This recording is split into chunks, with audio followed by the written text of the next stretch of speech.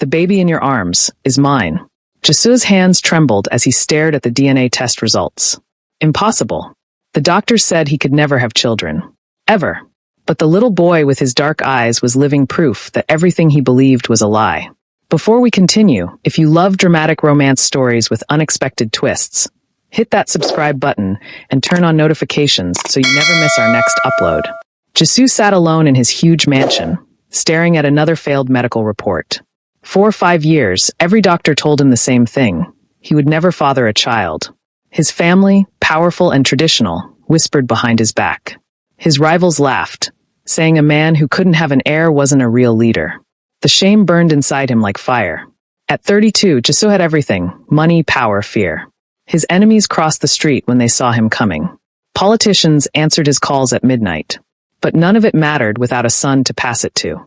His arranged wife had left him 2 years ago, throwing her wedding ring at his feet and calling him half a man. Those words haunted him every night. Now his uncles were pressuring him to step down and let his cousin Miho take over the family business. A tree without roots will fall, his uncle had said at last week's meeting, looking at him with pity and disgust. Tonight, Jisu had to fly to New York for a secret weapons deal. Maybe getting away from Seoul would help him forget his cursed fate, even if just for a moment. He grabbed his coat and headed to the airport, not knowing his entire life was about to change. The underground auction in New York was crowded with dangerous people bidding on stolen art. Jisu stood in the shadows, bored and cold, watching criminals pretend to be sophisticated. Then he saw her. Ava, a young black woman with bright eyes and a beautiful smile, was examining a painting like it held all the secrets of the universe. She worked for the gallery, not knowing the art was stolen or that everyone around her was a criminal. When their eyes met across the room, something strange happened. Jisu felt his frozen heart skip a beat. She looked at him with curiosity, not fear, like she couldn't sense the danger radiating from him. After the auction, he found her outside in the rain, struggling with her broken umbrella. "That painting you loved? It's a fake," he said in perfect English. Ava laughed, surprised by his boldness. "And you're an art expert?" she teased back. They talked for hours at a coffee shop, neither knowing this one conversation would change everything. Ava told him about her dreams of opening her own gallery. Jisu, careful not to reveal his true identity, said he worked in family business. As dawn broke over the city, they stood outside her subway station, neither wanting to leave. The connection between them felt electric, impossible to ignore. When he kissed her softly, asking if she wanted to continue this conversation somewhere private, Ava surprised herself by saying yes. Ava knew she shouldn't go to a stranger's hotel room, but Jisu felt different. Safe somehow. They talked about art, about dreams, about loneliness in big cities. He told her about feeling pressured by family expectations, and she understood more than he knew. When he kissed her deeper this time, the world outside disappeared. That night became magical, passionate, and tender. Something impossible happened. Jisu felt his broken body respond in ways the doctors said would never happen again. For the first time in 5 years, he felt whole. The next morning, Jisu's phone exploded with emergency calls. A rival family had attacked one of his warehouses in Seoul, killing 3 of his men. "I have to leave immediately," he told Ava, hurriedly getting dressed. "I'm sorry. This is important." He scribbled his private number on hotel paper and placed it on the nightstand. "Call me, please." This meant something. But in his panicked rush to catch his private jet, the paper slipped under the bed, lost and forgotten. Ava woke up alone 2 hours later to an empty room and an empty feeling in her chest. No note, no number, no last name. She sat on the bed and cried, feeling foolish for trusting a stranger with her heart and body. She searched the room desperately, but found nothing. How could she have been so stupid? He'd used her and disappeared like morning fog, leaving her with nothing but memories of the most perfect night of her life. 3 weeks later, Ava felt sick every morning. At first, she blamed it on stress from her demanding job at the gallery. But when her period didn't come and her breasts felt tender, cold fear gripped her heart. She bought 3 pregnancy tests, hands shaking in the pharmacy line. All 3 showed 2 pink lines. Positive. "No, no, no," she whispered, sliding down her bathroom wall in shock. She was only 24 years old, barely making rent in her tiny Brooklyn apartment, still paying off student loans. And she was pregnant by a man whose last name she didn't know, who had disappeared without a trace. For weeks, Ava cried herself to sleep, terrified and alone. She tried everything to find Jisoo. She went back to the auction house, but they refused to give information about buyers. She described him to every Korean business owner in the city. She even hired a cheap private investigator who took her money and found nothing. As her belly started to grow and her clothes got tight, Ava faced the hardest decision of her life. Abortion felt wrong to her personally, but raising a baby alone in expensive New York City seemed impossible. Her parents were dead, and she had no family to help. Still, when she felt the first flutter of movement in her belly, something shifted. This baby was half of her. Maybe the only good thing to come from that magical night. She placed her hand on her stomach and whispered, "I'll protect you, little one, even if your father never knows you exist." Jisoo's life became a nightmare. His cousin Miho was poisoning the family against him, spreading rumors that a leader without an heir was cursed by the ancestors. Business partners started canceling deals, afraid to associate with a dying bloodline. At a tense family meeting, his uncle slammed the table so hard the teacups jumped. "You have 6 months to produce an heir or step down. This is not negotiable." Jisoo wanted to scream that he couldn't, that every doctor had declared it medically impossible, but pride kept his mouth shut. Meanwhile, 7,000 miles away in New York, Ava held her newborn son in the hospital, tears streaming down her face. "Hello, Kai," she whispered to the tiny baby with a head full of black hair. The moment she looked into his eyes, dark and intense like his father's, her heart filled with overwhelming love. But also guilt. This beautiful boy would grow up never knowing his father, because she couldn't find him. As Kai grew from baby to toddler, he looked more like Jisoo every single day. Same eyes, same nose, same serious expression when concentrating on his toys. Ava's conscience tortured her. She was working 2 jobs just to afford daycare, exhausted and broke, while somewhere in the world, Kai's father lived in luxury without knowing his son existed. When Kai turned 1 year old, Ava made a decision. She would find Jisoo, even if it took her last dollar. A Korean art dealer finally recognized her description and showed her a news article. "That's Jisoo Han, one of the most powerful mafia bosses in Seoul." Ava's blood turned to ice. A criminal. A dangerous man. But Kai deserved to know his father, no matter the cost. Ava arrived at Jisoo's massive company building in Seoul with baby Kai strapped to her chest, her heart pounding so loud she thought everyone could hear it. The lobby was all marble and intimidating men in black suits. When security guards moved to block her, she gathered all her courage and shouted loud enough for the entire floor to hear. "Tell Jisoo Han that Ava from New York is here with his son." The words echoed through the silent lobby like a bomb.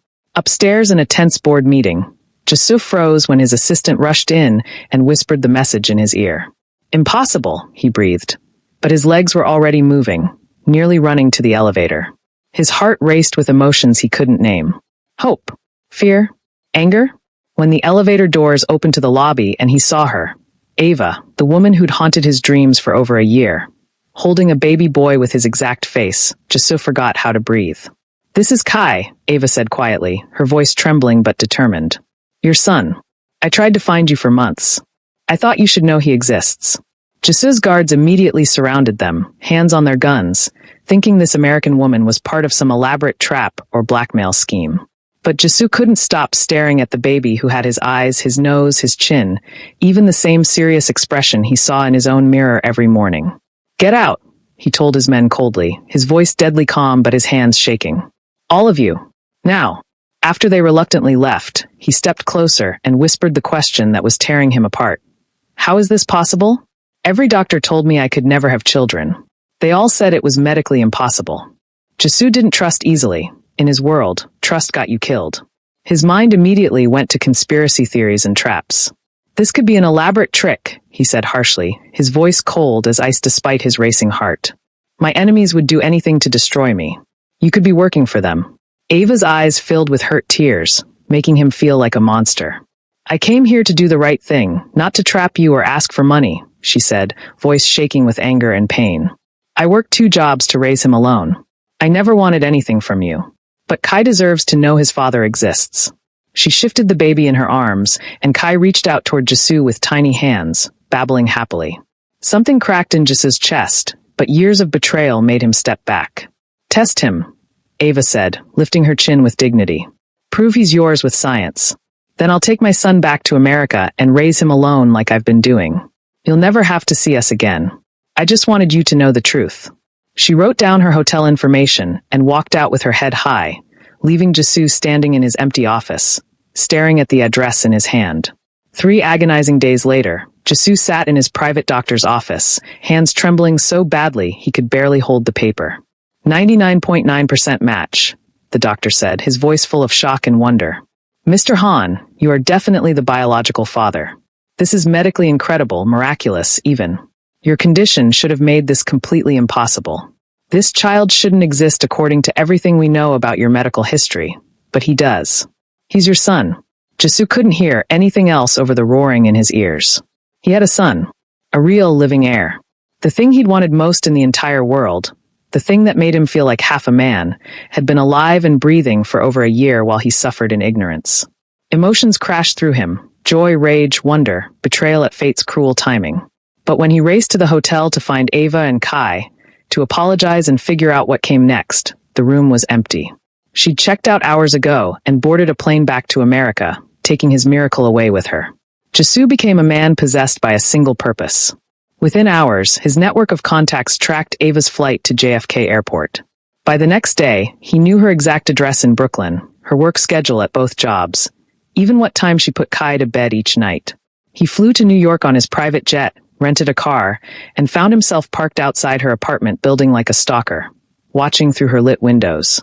Every instinct he'd developed as a ruthless mafia boss screamed at him to kick down that door and take what was rightfully his. His son. His heir.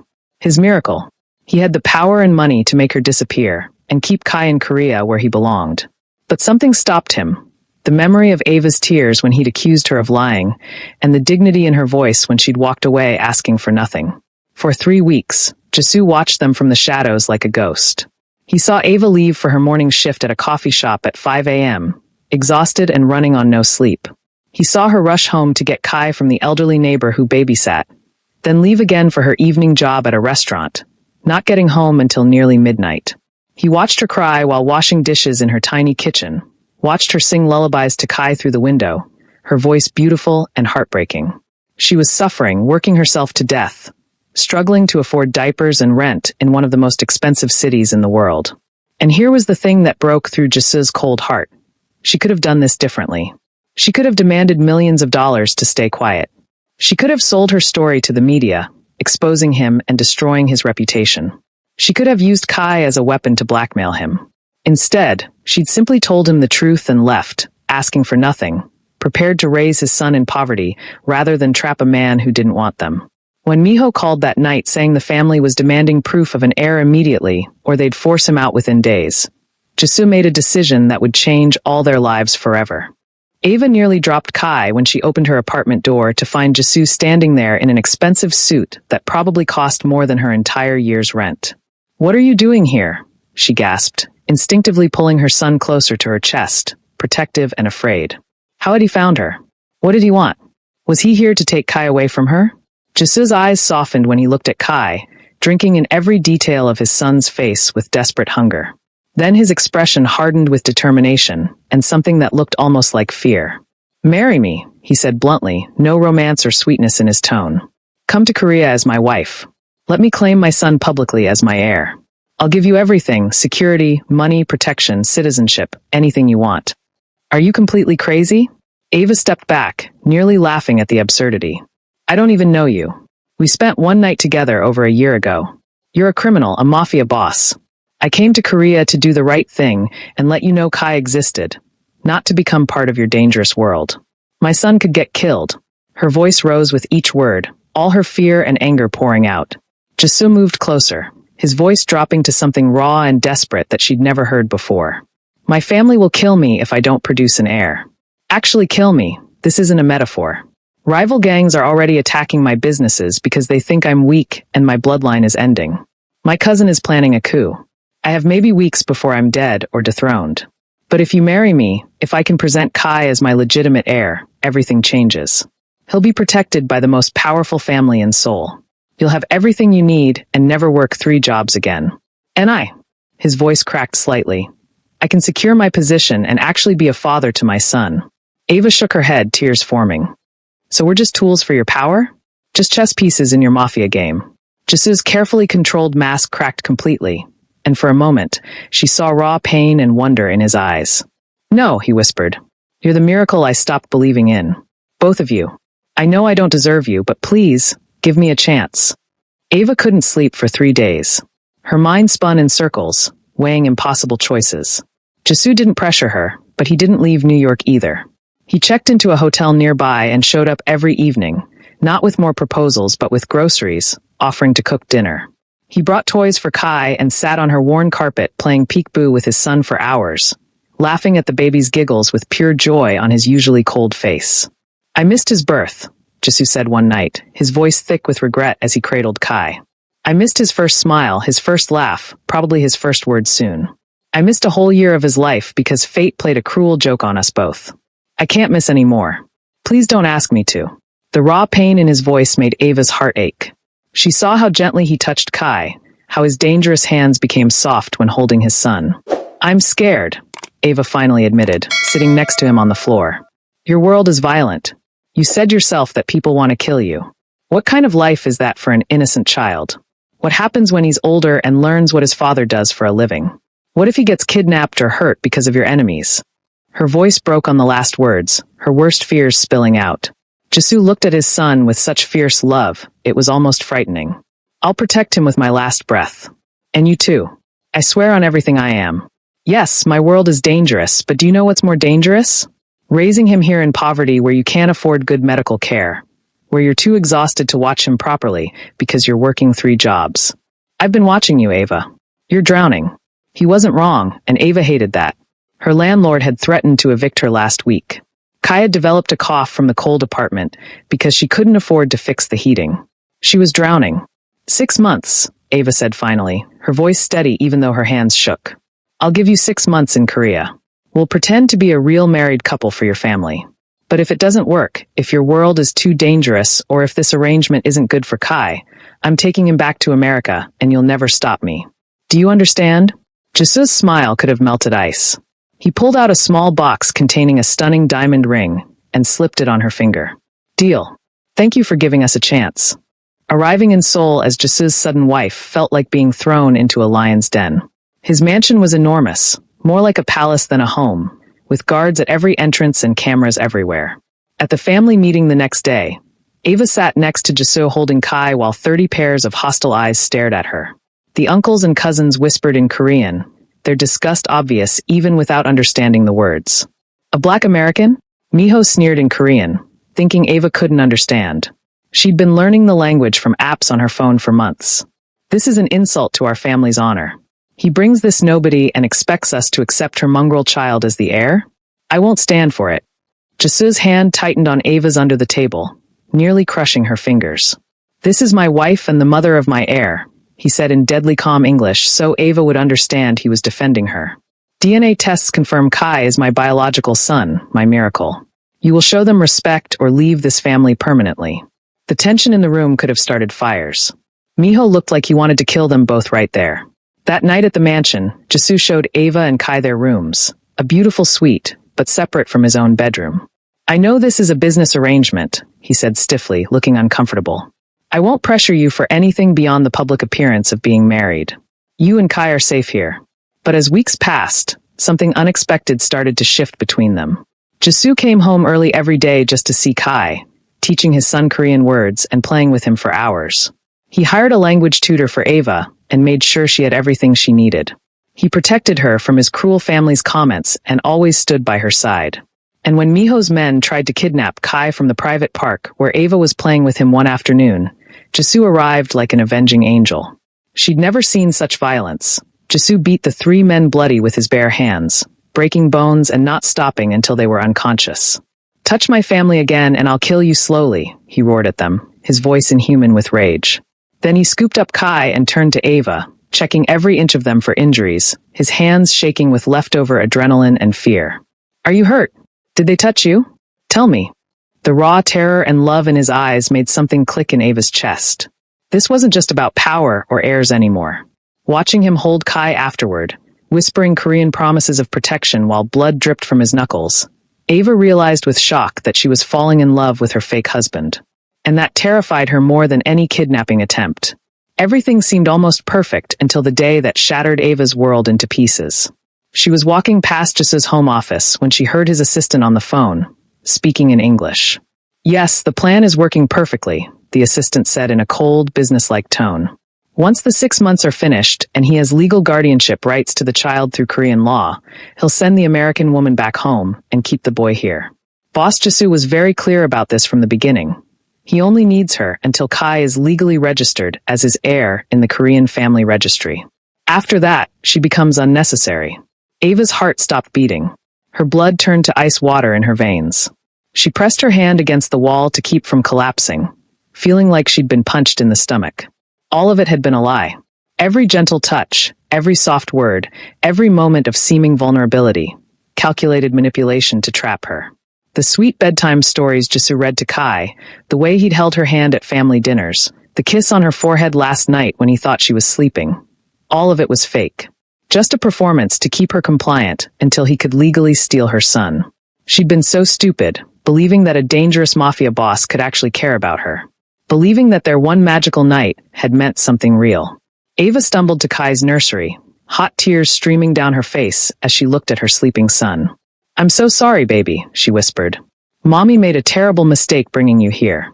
That night, while Jasu was at a late meeting with his weapons dealers, Ava moved like a ghost through the mansion. She packed a small backpack with just essentials, diapers, Kai's favorite stuffed animal, her passport. She couldn't take much, or the guards would notice. She wrapped Kai in warm blankets, her hands shaking so badly she could barely manage the buckles on his carrier. Her heart was breaking into a million pieces, but she had to protect her son. She'd find a way to get to the American embassy, claim she was being held against her will, and demand help getting back to the United States. It would cause an international incident, but she didn't care anymore.